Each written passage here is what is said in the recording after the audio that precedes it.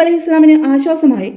11 നക്ഷത്രങ്ങളും സൂര്യനും ചന്ദ്രനും തനിക്ക് സുജൂദ് ചെയ്യുന്നതാണ് യൂസുഫ് അലൈഹി ഇസ്ലാം കണ്ട സ്വപ്നം.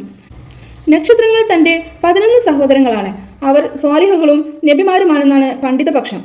നക്ഷത്രങ്ങൾ വഴികാട്ടികളാണല്ലോ. നബി സല്ലല്ലാഹു അലൈഹി വസല്ലമ അവിടുത്തെ സഹാബികളെ പരിചയപ്പെടുത്തിയത് നക്ഷത്രങ്ങളായിട്ടാണ്. സഹോദരങ്ങൾ യൂസുഫ് അലൈഹി ഇസ്ലാമിനെ അപായപ്പെടുത്താൻ ശ്രമിച്ചിട്ടുണ്ട്. അവരെ അള്ളാഹു തിരഞ്ഞെടുക്കുന്നതിൻ്റെ മുമ്പായിരുന്നു അത്. മാത്രമല്ല, പിശാചിന്റെ പ്രേരണ മൂലമായിരുന്നു. യാക്കൂബ് അലൈഹി ഇസ്ലാം ഒരിക്കലും തൻ്റെ മക്കളെ കുറ്റപ്പെടുത്തി സംസാരിച്ചിരുന്നില്ല എന്നത് ശ്രദ്ധേയമാണ്. സ്വപ്നവിവരം സഹോദരങ്ങളെ അറിയിക്കരുത് എന്ന് പറഞ്ഞതിനു ശേഷം യാക്കൂബ് അലൈഹി ഇസ്ലാം പ്രിയപുത്രനെ ചില കാര്യങ്ങൾ ഓർമ്മപ്പെടുത്തുകയുണ്ടായി. നിന്റെ രക്ഷിതാവ് നിന്നെ തെരഞ്ഞെടുക്കുകയും സ്വപ്നവ്യാഖ്യാനം പഠിപ്പിക്കുകയും നിനക്കും യാക്കൂബ് കുടുംബത്തിനും തൻ്റെ അനുഗ്രഹങ്ങൾ പൂർത്തിയാക്കുകയും ചെയ്യും. ഇതൊരു രഹസ്യ സംഭാഷണമായിരുന്നു. പക്ഷേ താമസം വിന ഈ വിവരങ്ങളെല്ലാം യാക്കൂബ് അലൈഹി ഇസ്ലാമിൻ്റെ മറ്റു മക്കൾ അറിയുകയുണ്ടായി. ചുമരുകൾക്ക് കാതുകളുണ്ടെന്നാണല്ലോ ആപ്തവാക്യം.